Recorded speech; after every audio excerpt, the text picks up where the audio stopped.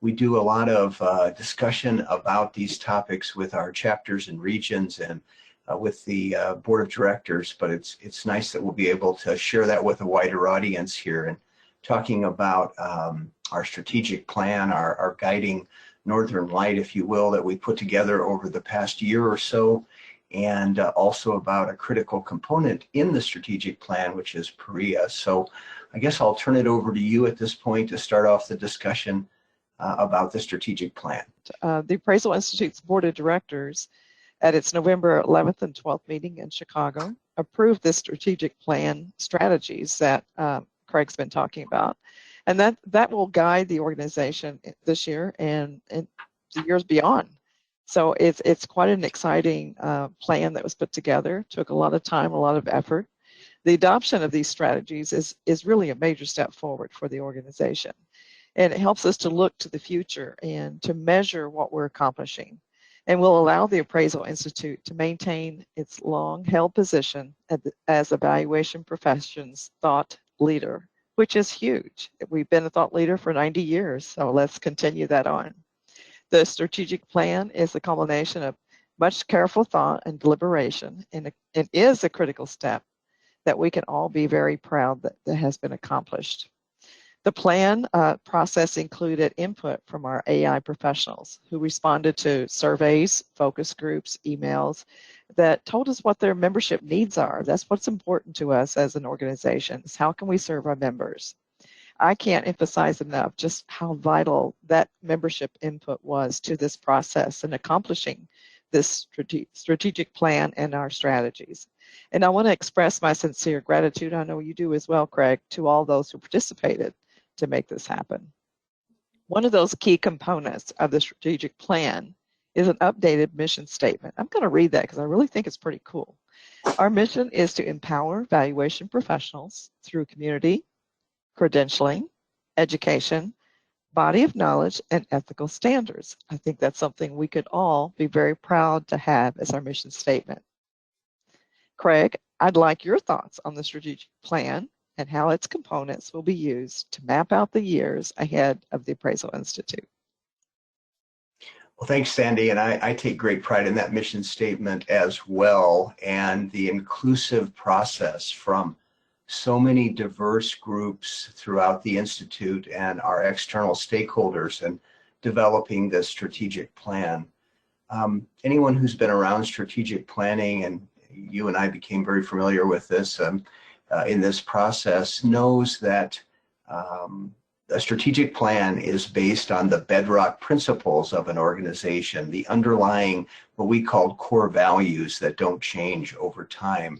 And those are the things that, although the strategic plan will change, ebb and flow as we react to market conditions and alter things as we're testing our various strategies to see which ones are effective and which ones may need some improvement.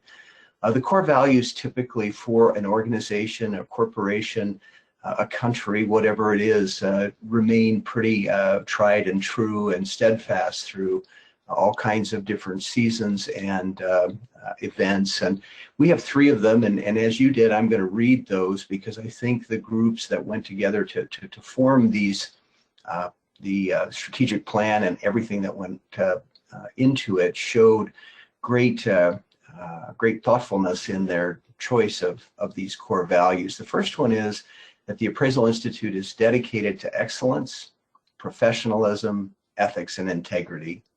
The second is that we're committed to leadership and innovation. And the final core value is a devotion to an inclusive and welcoming community. And upon those core values then, which I think are will certainly have and will stand the test of time. We were able to point to 4 different goals for this strategic plan. And these are the goals that the Board of Directors has identified as areas we want to make progress in going forward. The first goal of the strategic plan is that the Appraisal Institute will protect and improve the value of affiliation. Our members receive value for affiliation, and we certainly want to improve and protect that. The second goal is that the Appraisal Institute will provide leadership toward a unified and inclusive profession with diverse perspectives. The third goal is that Appraisal Institute professionals will be consistently sought out by users of valuation services, as we have been. We want to continue to enhance and improve the way in which people think first of our designated members when they need appraisal services. And finally, the last goal that we're looking at is the Appraisal Institute will improve the diversity of its affiliated professionals. All right, so those are the core values and the 4 goals. Sandy, I'm going to hand it back over to you, because in order to make progress in each of those 4 goals, an organization has to develop strategies to do that. And I know that we have some that you're going to talk about.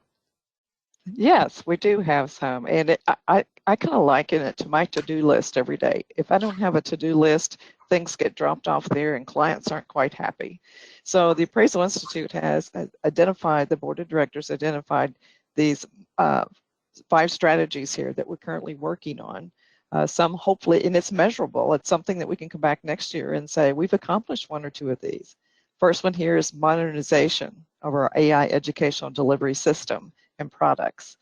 I think that's a great top of the priority list there. Some of them will be worked on simultaneously and maybe not exactly in this order, but I think we can all agree education is a big one there we want to concentrate on. And modernization of technologies such as our social media and communication methods, and review of our website. That's so huge today, especially with our young aspiring appraisers coming in. They're really tech savvy. We have to find new and innovative ways to reach people, not only our aspiring appraisers, but the public. What social medias are they following? How can we get our messages out? The next one is develop a plan to recruit and to retain our AI professionals. Our members are very important to us. We want to keep those members, and we want to add to those members each and every year. So we have to continue to work on a plan, and the plan is in place. We'll be working on that in this year and years to come. Also, implement a PERIA. I'm going to tell you what that is. It's not a disease. It's practical application of real estate appraisal. So it's the alternative for the experience rating. So appraisers today, aspiring appraisers, have difficulty finding a supervisor. So this would allow them to go through the coursework and to work through case studies with mentors that will help them achieve that experience rating. So that's a huge project, but it's one that's extremely important to not only the profession, but I believe to our organization. And lastly, develop a diversity, equity, and inclusion DE&I action plan, something that we already have an action plan in place, or developing it, and we will be working on that as the year goes on.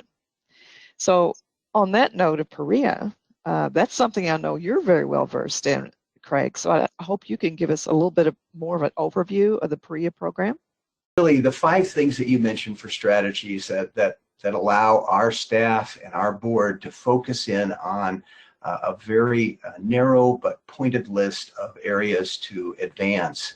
I was really pleased that one of them is PERIA, and as you've explained it, PERIA, I like to think of it as a virtual or simulated way to gain experience. Right now, the only model that's available to aspiring appraisers is to find a supervisor out there, someone who is already an appraiser, and have them take you under their wing for an extended period of time. I think most of the individuals listening to our conversation today probably would know some of the pitfalls in the traditional supervisor trainee model, lack of compensation to the trainee and to the supervisor, the additional liability to the supervisor, the old training your competition misnomer, I think, that's out there. There's a number of things that have not allowed that model by itself to work very well. And so PERIA is that a simulated or virtual idea. I think I've heard it described as the flight simulator for appraisers, where if we can train pilots and surgeons virtually, we certainly can train appraisers and allow them with a a click of a mouse to change from a ranch style in a very quiet suburban location to putting that same house next to a railroad track or next to the interstate freeway, or having an extra 2 bedrooms added to it, put it near a high traffic street, all of those things, and have the appraiser work through the analysis. So that's the concept. When the Appraisal Foundation introduced the concept of simulated or virtual training, experience training, without having to go out and get a traditional supervisor, their qualifications board set up some parameters, general parameters for a PERIA program, and they wanted to go out and incentivize the market of education providers to think about also providing experience training. And so they set up something called the Pathways to Success Grant Program. They agreed to offer up to $500,000 of seed money to an education provider or other organization that could see themselves providing experience training as well. And I think at first when they announced this, they made it clear that they intended to spread that money around depending upon the number of applications. They had a rigorous grading process and judging process for sort of the design briefs that were submitted by these different organizations to figure out how they might do PERIA, because the guidelines that were established were kind of broad guardrails, but the specifics of how an organization would do that had some entrepreneurial sort of flavor to it, that they allowed organizations to capitalize on their own strengths to bring PERIA in a certain way. And when we proposed AI PAREA to the Pathways to Success grant program, we were fortunate that upon review of all of the submissions, the Pathways to Success grant in its entirety was awarded to the Appraisal Institute for AI PAREA. Now, there are certain milestones along the way that we have to meet to obtain that grant funding in stages, but that was a help in terms of our board of directors decision to commit up to $2 million to put a PERIA program in. So PERIA will become an alternative to, not a replacement of, the traditional supervisor trainee model. And I know that AI PAREA will deliver the kind of quality experience training that we're known for in our education space. And Sandy, I know that you have quite a bit to do with that, and you've been hands-on with PERIA programs. So I might turn it back to you for your reflections on PERIA. And again, like me, try to contain your excitement. We want to convey the message. Yeah, thanks, Craig. Yes, I'm quite involved with the PERIA program, and I'm very excited about it because it gives us that first touch with aspiring appraisers. And who better to train appraisers than an organization like ours? We've been the thought leader for 90 years. So if we can get them through our education, put them through our case studies, our PERIA program, I think we'll end up with an excellent program. And when the people complete our program, they will have a really good experience and be ready to go out and find that position. I'm not sure about you, but many of us that have been in the business for a long time, we got here through family, through somebody we knew, friend, neighbor, but mostly through family. And a lot of our new aspiring appraisers today don't have that luxury. So this is that great opportunity for them who've never maybe had a family member get involved in appraisal, but they've learned about appraisal profession and decided this is right for them. So I'm really looking forward to that and seeing our first group graduate and get out into the world and do a great job for the public trust. Yeah. So how do you think the PERIA program will shape the future of the Appraisal Institute, Craig?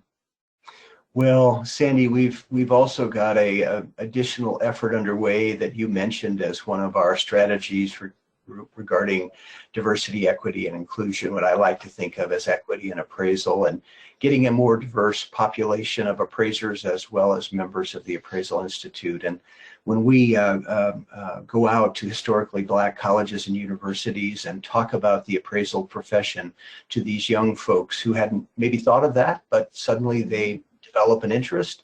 When we do that, we want to not only excite the university students about our profession, but we want to have a pathway that allows them to get education and experience without being tripped up by the need to find a supervisor when there are so few people that share their personal characteristics or their preferences, their geographic location. And so PERIA is an answer to that as well. So in all the efforts that we're making through this strategic plan, I think PERIA checks a lot of those boxes. And as you say, I'm pretty confident that we'll end up with the premier program for PERIA. AI PAREA will be the gold star that everyone wants to have behind their list of credentials, and we'll also then meet a lot of new people to the profession that that probably wouldn't have had either the interest or the access to get here because of these things we're doing. So, Sandy, it's a great time to be an officer in the AI. I'm sure you feel the same, and it's a great time to be talking about these new things that are coming from our strategic plan. So I guess I'll turn it back to you to wrap up. Well, it's been a pleasure, Craig, and it's always nice to talk about the future of the Appraisal Institute and the profession and to be a part of that leadership. I agree with you. We've got challenges ahead, but we have a lot of opportunities here. So looking forward to seeing some of those come to fruition.